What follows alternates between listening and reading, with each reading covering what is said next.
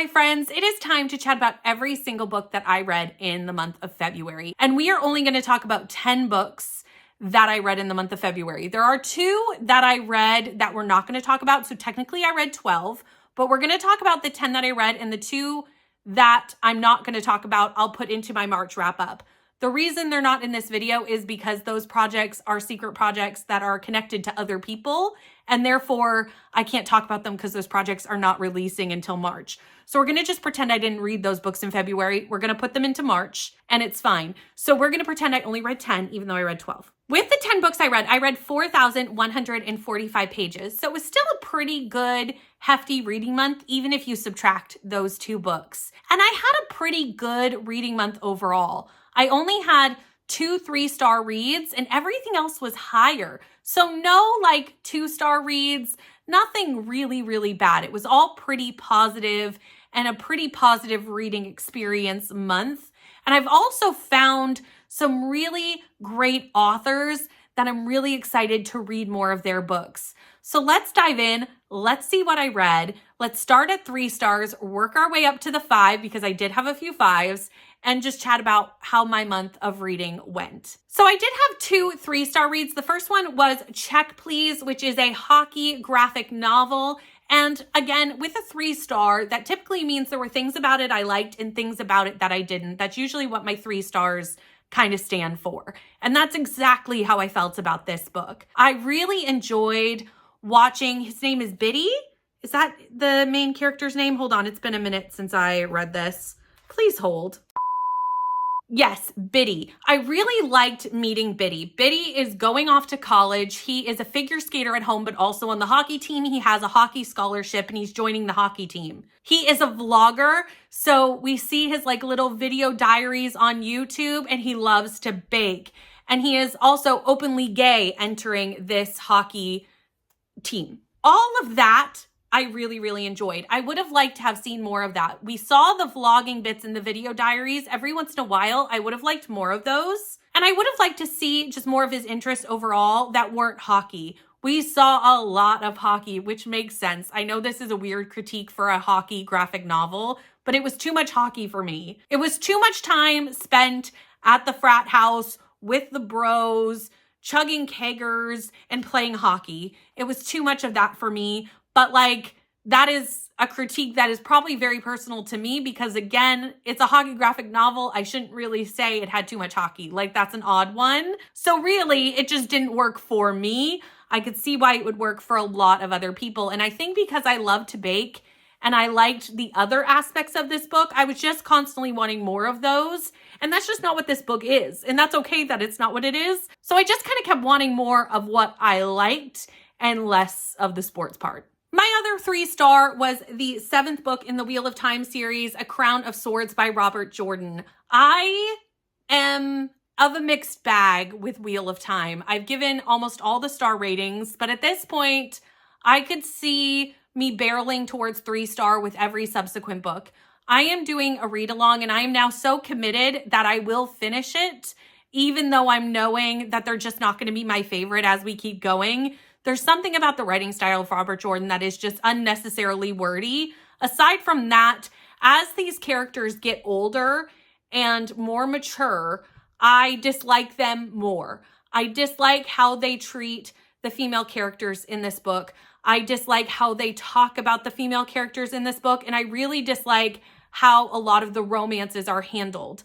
And I just don't love it. So for me, it's hard to overlook all those things, even though I do think there's some really great things happening for, what it did for fantasy at the time, but I can't overlook those things. So at this point, I would assume that most of my Wheel of Time books are going to come out around a 3-star or maybe even less, depending on which one it is.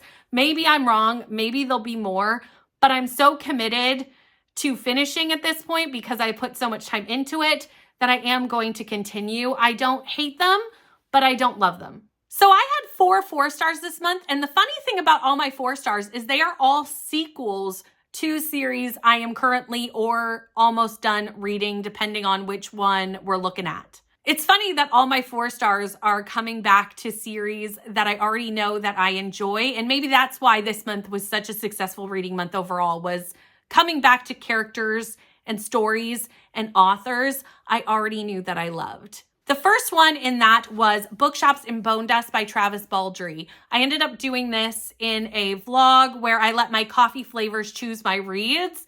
This was the first one that I read, and I was really glad to be back to this cozy fantasy series where we follow Viv, who we know from the first book, Legends and Lattes, in her past. This is a prequel. We go back and see how Viv kind of got to the point of wanting to open this coffee shop and retire in a coffee shop. In this, we see Viv after she's been injured, fighting as a mercenary, and we see her needing to recuperate and her team leaving her in this town where she can rest and recuperate. And she meets all the people living in this town, including a bookshop owner named Fern, who I absolutely adore. And also the new book that's coming out follows Fern after Legends and Lattes. Very excited about that, especially after just meeting Fern in this book.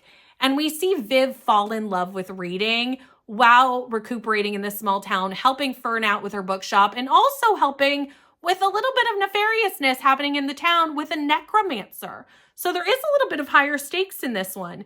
We see a lot of the things that we know Viv has when she retires later, like her sword. We see kind of how she gets her sword in this book. We also have some really great creatures in this. We have Satchel, who is coming in late in the book and is not human. And I will leave it at that, but Satchel is a pretty fun character. It happens too late for me to really tell you what Satchel is, but trust me, you're gonna love Satchel. And also we have Pot Roast, who is some sort of griffette, so like a bird-dog combo. And if you read the book for no other reason, might I suggest reading it for the side creatures. I love a side creature. I love a cozy fantasy. I really love the writing of Travis Baldree. His character work is some of the best in cozy fantasy, in my opinion. And this one just had a little bit more stakes than Legends and Lattes, which I did enjoy as well. And obviously set in a bookstore, love to see it. And it was just fun to come back to these characters. At the end of this book, we have an epilogue that really will just, if you love these characters, that epilogue is going to hit you right in the heartstrings. It's going to get you right in the feels. And immediately I was almost tearing up at the epilogue, and I cannot wait for November, I believe the next book comes out. I cannot wait to read it. I also read As Good as Dead by Holly Jackson, which is the final book in the Good Girl's Guide to Murder series. However, there is a prequel novella, which when I did the vlog for this, I asked, do I need to read the novella? And Nell, who is a big lover of this series, and I do trust Nell, said, yes, you absolutely must read the prequel. So I actually have already got the prequel on hold from the library. I've already got the audiobook on my Libby. So I'm ready to really finish out this series, put a little bow with the prequel. But I did enjoy this book. I feel like the final book gets a bad rap, and a lot of people didn't like the final book in this series, but it actually really worked for me. Obviously, I gave it 4 stars. The second book was the one that I felt was the weakest in the series, which I know I'm in, the unpopular opinion on that one. The first book in this series I gave 5. The second I gave 3. This one I gave 4. So you can kind of see where my favorites kind of lie. I enjoyed this book. I felt like it made more sense than the second book.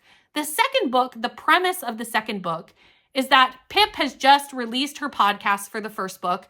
The first book, fabulous. Please read it if you haven't.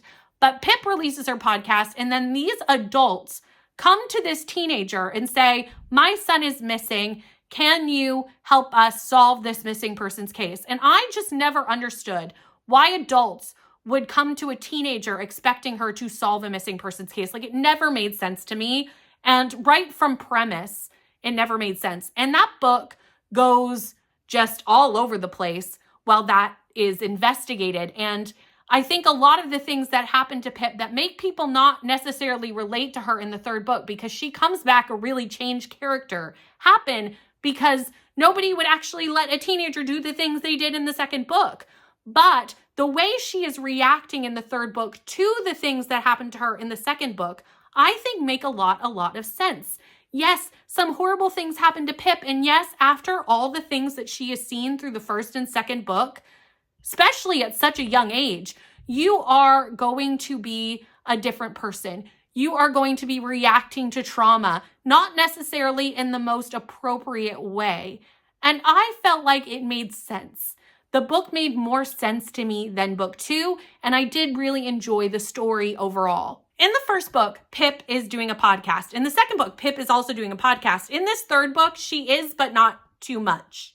So if you loved the multimedia aspects of the first books, you will get them, but very, very small amounts of them. What you do get is done very well, but it is not a glaringly large part of this book like it is in the first 2. Overall, I am in the minority, and I really liked this one. The next sequel that I gave 4 stars to was Forever Wild by K.A. Tucker. This is the novella between book 2 and book 3 of the Simple Wild series. In the Simple Wild, we follow Calla as she goes back to Alaska. She has not been there since she was like 2 years old. Her mother fell in love with a bush pilot, realized she could not live in the backwoods of Alaska, took Calla and moved her to Toronto, and Calla has never been back. She's now 20. She finds out her father, who she hasn't talked to since she was 7, is dying of cancer, and she is going to have her last moment to like mend this relationship with her father. She goes to Alaska, and while she's there mending that relationship, she falls in love with a bush pilot, Jonah, and she has to decide what her life is going to look like. If she can do what her mother could not and live a life in Alaska. And we are following Jonah and Calla at a Christmas a few years after the first book, really similarly placed right after the second book, as we follow their relationship and them in Alaska. And we follow them at a Christmas in Alaska in this. There isn't a ton of plot in this book. It's really just them coming together for Christmas with their biological families as well as their found family here in Alaska. And it was really quite a cozy novel. It really did put a nice end to Jonah and Calla's story, because even though there is another book in this series, it does not follow that couple. It follows a completely different couple who we know of. I know Marie. I have not met the male love interest, but he is mentioned in the second book. So he is mentioned, but I've never seen hide or hair of him. But I do know Marie, and we follow a different couple in the third book. So this was really kind of a little bow on the top of Jonah and Calla's story. I enjoyed it. It was a very quick read, a couple of hours, done and dusted. And I'm really excited to finish out this series in March with Kelsey, because we are going to be doing a buddy read. The last 4-star read that I had was Hero of Ages by Brandon Sanderson. I am reading The Cosmere with my patrons, and this is the third and final book in the first part of Mistborn. And I will say, I really enjoyed this. I enjoyed the reveals we got in this. I feel like we learned a lot about the world in this. A lot of the questions that I had, I got the answers to. And I can see why so many people love Brandon Sanderson's writing, and I can see why so many people adore this fantasy. And I really did enjoy it. I gave it 4 stars. The only reason this didn't get a higher rating for me, and I don't know if this is going to be a problem as I read more of The Cosmere, it's very possible that it will be, is that I find Brandon Sanderson's writing style extremely repetitive. He will go over the same concepts multiple times, not just 1 or 2 times, but like 6 or 7 times in the same book, and then again in the next book and the next book. And I have now heard the same tidbit of information so many times. And that is just not a writing style that I particularly enjoy. I don't really like repetitive dialogue, repetitive writing, and I do find that Brandon Sanderson is extremely repetitive. However, that being said, this would be something that I would recommend as a great intro to fantasy. Like epic fantasy, if you're trying to get into epic fantasy, I actually think Brandon Sanderson would be a great place to start because of the repetitiveness. If you're worried that you're not going to quite understand everything or that you're going to miss important points, he is not going to let you. You're not going to miss those points, because anything that is very important, you are going to get multiple times. So if you are looking to jump into fantasy, I actually think Brandon Sanderson is a great place to start. And I don't know if a lot of people realize that. I think a lot of people think of Brandy Sandy as like this hill to climb and this author that maybe is unachievable for those who don't read a lot of epic fantasy. And I would say that is not the case. I would actually say this is a great place to start if you are trying to get into fantasy. I, however, who don't love repetitive language and don't love repetitive concepts, do find it a bit overly repetitive, but overall, I do think it's really good fantasy, hence why it got a 4-star. Like overall, it's really strong fantasy world. The characters are great, 4 stars. Before I get into my 4.5 and 5-star reads, there was one book that realistically, if I had rated it, I would have given it a 5, but I don't rate nonfiction, and that is The Third Gilmore Girl. I really enjoyed reading Kelly Bishop's story. It was a great look into Kelly Bishop's life, the drama, also her just name dropping people all over town. Like I just was riveted by her story. I read this on audio with Neva as a buddy read, and I had a fabulous time knowing what I already knew about Kelly, but then also diving into aspects of her life that I didn't know. And it was a really powerful and poignant story. Highly recommend. And honestly, even if you don't love the Gilmore Girls part of this book is actually a very small part of the book. A lot of her life was before she did Gilmore Girls. She played a grandmother in that show. So like, obviously she lived a lot of life prior to that on Broadway, a Tony Award winning actress. And her story is really, really fascinating. And I would definitely recommend. Now, I'm going to talk about my one 4.5 star and one of my 5 stars together because they are a series. So it does not make sense to talk about them separately. And that is The Spare and The Heir by Ava Rani. 4.5 for The Heir, and I gave The Spare 5 stars. The Spare is the first book. The Heir is the second book. So we're going to kind of talk about them out of order of rating, but we're going to talk about them in the order of the how I read them and also the order that they were published in and are meant to be read in. This is a billionaire romance series that follows a friendship group or family group. It's kind of a mix of both, which was one of the things I really enjoyed. In this book, we follow Sloane,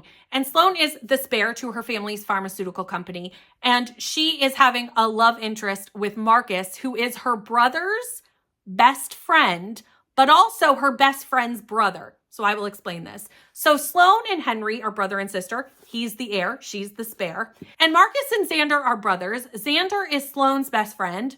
Xander is the third book in the series, and I am dying for it to release. It releases this year. I will be reading it immediately because Xander is my favorite character in these books, honestly. And Marcus is Henry's, her brother's best friend. So it's like brother's best friend, but also best friend's brother. Marcus has been away for years due to building his own company and starting his life, and also feeling like he can't be near any of these people because he does have feelings for Sloane and knows that she's kind of forbidden. First of all, it's his brother's best friend. It's his best friend's brother. And also, their grandfather is his mentor. So it's also his mentor's granddaughter. Like, she is off limits. She is not okay to be had. But they both have feelings for each other, and now that he's back in town, sparks fly. I adored this friendship group so much. It really gave me the feel of the friendship group from Icebreaker, which is very strong praise. I love a good, close friendship group in a romance, and this had everything that I wanted in it. And I did also really like the sequel where we follow Henry. Again, I gave this 4.5 stars. In this one, we follow Henry, and he has a PR issue. We know about that from the first book. So they hire a PR consultant to help him kind of, fix his look in the media. They hire Selena, and they start a romance. I think the couple things that I missed in this that were in this, which kind of took it down to a 4.5, was you didn't see the friendship group as much for reasons that are to be expected, as Henry wasn't the closest in the friendship group for reasons that we kind of knew that going in. And also, Selena is not part of the friendship group. She's a new player coming in, where this was between two of the people in the friendship group. So you just saw less of it in this book. And also, near the ending of this, we had a lot of back and forth with both of our characters. Him wondering, can he trust her? Can he trust her? Yes, I can. No, I can't. Yes, I can. No, I can't.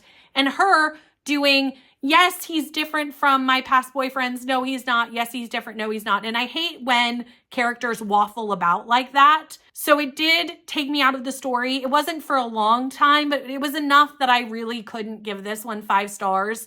but I love this series. It's the first 2 books ever written by Ava Ronnie, and Ava Ronnie is now a romance author that I will be paying a lot of attention to. And I will be dropping everything when I get my hands on The Charmer, which is Xander's book. I only had one more 5-star read this month, and that was Out of the Woods by Hannah Bottom Young. I adored this romance. And this romance is much heavier. It's not light and fluffy. It's Marriage on the Rocks, and we really follow, even Marriage on the Rocks past that, we really follow Sarah coming into herself in this book and really finding herself in this book. Sarah is obviously our female love interest. We also have Caleb, her husband, and they got married at the age of 19. They've been together since they were 15, and now they're in their 30s. And Sarah, who has had some trauma in her past, her mother died right around the time when they got married. So, she lost her mother young. There's a lot of things going on in Sarah's past, and we have a lot of flashbacks to those so that we really have the context we need to understand how we reached the point we got to.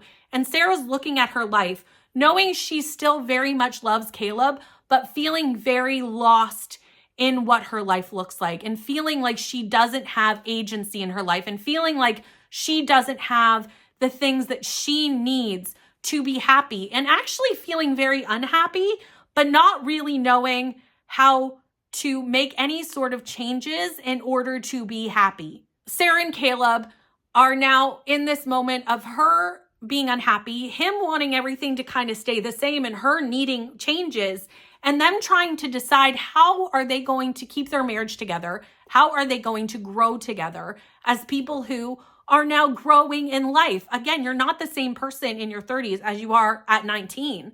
So if they want this marriage to work, they really need to put work in to grow together. And they decide to go on a marriage retreat in the woods. It's like a hiking retreat for a week. And that's what we follow in this book. We follow them doing just that. And it is definitely a heavier book. The content in this is heavier. Obviously, we have flashbacks to her mother being sick and eventually passing from ALS. So the author does not shy away from heavier topics in this book. I really do enjoy Hannah Bottom Young's writing. I have read 2.5 books by this author because I did DNF the first book in this series, which is Out on a Limb. So if you didn't love Out on a Limb, which I don't know a lot of people who didn't, I'm one of the few that didn't. If you didn't, I still would recommend picking this up because I DNF'd that one and gave this one 5 stars. So there you go. The reason I DNF'd Out on the Limb is not anything to do with the author's writing or even the book in of itself. I do not like unexpected pregnancy trope. And I tried to read it in preparation for this, knowing that wasn't my favorite, and I just couldn't get past it. I couldn't do it. I didn't like it. It's not a trope that I enjoy, but this one really, really worked for me. So I think if you liked the first book, you would also like this book, but also if you didn't like the first book, I think you would like this book. So there you go. Anyway, that is the end of the 10 books that I read in February. Let me know down in the comments, what was your favorite book of February? I would really like to know. If you don't have anything that you want to say though down in the comments, but want to let me know you were here, leave me a tree emoji because of Out of the Woods. They're in a woods. Leave me a tree. Thank you so much for watching. Please like, comment, and subscribe. I appreciate you all. I hope you are having a fabulous day, and I'll see you next time. Bye, friends.